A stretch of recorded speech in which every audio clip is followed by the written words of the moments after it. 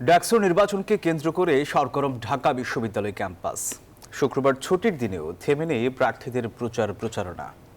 এদিকে হলে হলে মুড়ি পার্টির নামে আপ্যায়ন আর উপঢৌকন দেওয়ার অভিযোগ ছাত্র দলের।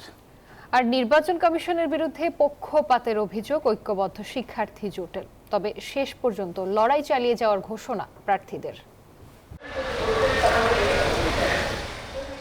ডাকসুতে প্রচারণায় ব্যস্ত সময় পার করছেন প্রার্থীরা।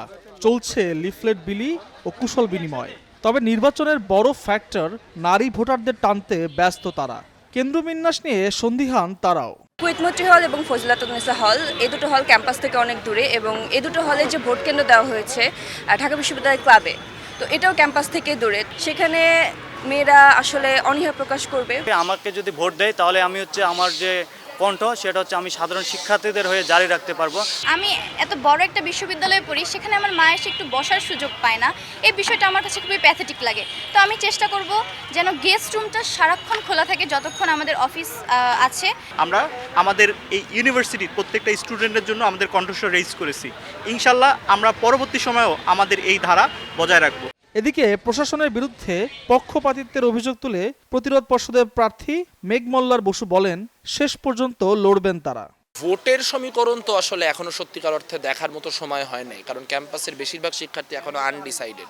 যদি এই ক্যাম্পাসে 40,000 শিক্ষার্থী থাকে, আমার ধারণা এর মেজরিটি এখন পর্যন্ত সিদ্ধান্ত নেন নাই তারা কারে ভোট দিবেন। আমার বিশ্বাস ফলাফল ডিফাইন্ড হবে আগামী 8-10-12 দিনে।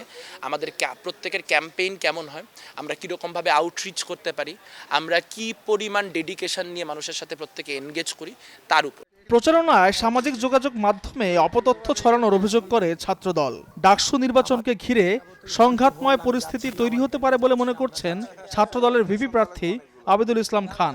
এদিকে ছাত্রদলের জিএস প্রার্থী তোলেন উপঢৌকন, আপ্যায়ন সহ গুরুতর আচরণবিধি লঙ্ঘনের অভিযোগ।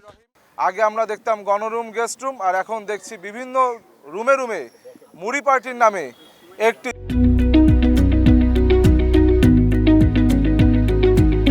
ছাত্র সংগঠনের প্যানেলের নাম কে কত বেশি মনে রাখতে পারে। অর্থাৎ একটি মুড়ি পার্টি হচ্ছে, মুড়ি পার্টির সময় ফার্স্ট ইয়ারের শিক্ষার্থীদের বলা হচ্ছে দেখি কে কত আমাদের প্যানেলের নাম কে কত মনে রাখতে পারো।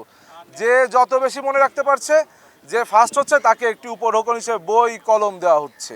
এবং আপনি জানেন যে এই নির্বাচনী আচরণবিধিতে বই কলম বা কোনো উপঢৌকন দেওয়া সম্পূর্ণরূপে নিষিদ্ধ। আমরা সেদিন চিফ রিটার্নিং অফিসারের কাছে ঢাকা বিশ্ববিদ্যালয়ের যে পেজগুলো সম্পর্কে আমরা অভিযোগ দিয়ে আসছি, যেগুলোতে অনবরত মিস ইনফরমেশন, ডিসইনফরমেশন ছড়িয়ে বিভিন্ন প্রার্থীদের সম্পর্কে প্রপাগান্ডা ছড়ানো হচ্ছে, এই সম্পর্কে যে অভিযোগ দিয়ে এসেছি সেটা সম্পর্কে এখনো কোনো সুরাহা আমরা পাইনি। বিরোধী শক্তিরাই এখন নির্বাচন করছে বলে ফোরন কাটেন ডাকসু ফর চেঞ্জ প্যানেলের ভিপি প্রার্থী।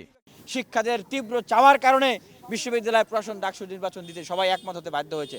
কিন্তু যেই প্রভাব বলয় এই শিক্ষার্থীদের অধিকার আদায় প্ল্যাটফর্মকে আটকে দিয়েছিল, সেই প্রভাব বলয়ও আজকে জেতার জন্য তারা প্রভাব তৈরি করতেছে। ছাত্রদলের যিনি জিএস ক্যান্ডিডেট, তিনি প্রথম দিনই, যেদিন মনোনয়নপত্র উত্তোলনের দিনই তিনি আচরণবিধি লঙ্ঘন করেছেন। এরকমভাবে আরেকজন নেত্রী, তিনি ভিপি ক্যান্ডিডেট, তিনি রোকেয়া হলে রাতে 11টার পরে প্রবেশ করে সেখানে আচরণবিধি লঙ্ঘন করেছেন। এরকমভাবে নানাজন আচরণবিধি লঙ্ঘন করছে। তো নির্বাচন কমিশন তাদের বিরুদ্ধে কোনো সুস্পষ্ট অবস্থান না নেওয়ায় শিক্ষার্থীদের মনে এক ধরনের আশঙ্কা তৈরি হয়েছে। নির্বাচন কমিশনের বিরুদ্ধে পক্ষপাতের অভিযোগ ঐক্যবদ্ধ শিক্ষার্থী জোটের। কারা কারা মুড়ি পার্টি দিচ্ছে, কারা কলম দিচ্ছে, এইটা আপনারা যখন এইগুলো বলেন এটা খুবই অপ্রত্যাশিত। কারা কারা একটু নামগুলো আমাদেরকে একটু বলেন।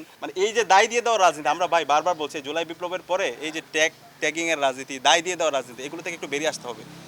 স্পেসিফিক বলেন, যখন আপনি কোনো একটা অভিযোগ দিবেন এটা তো স্পেসিফিক বলতে হবে, নাহলে তো আমি তো সারাদিনে দিনে 1000 অভিযোগ দিতে পারবো। এদিকে স্বতন্ত্র প্রার্থী হিসাবে আনুষ্ঠানিকভাবে প্রচারণা শুরু করেছেন এজিএস পদপ্রার্থী মহিউদ্দিন রনি। আল মোহাম্মদুল খান, নিউজ 24, ঢাকা।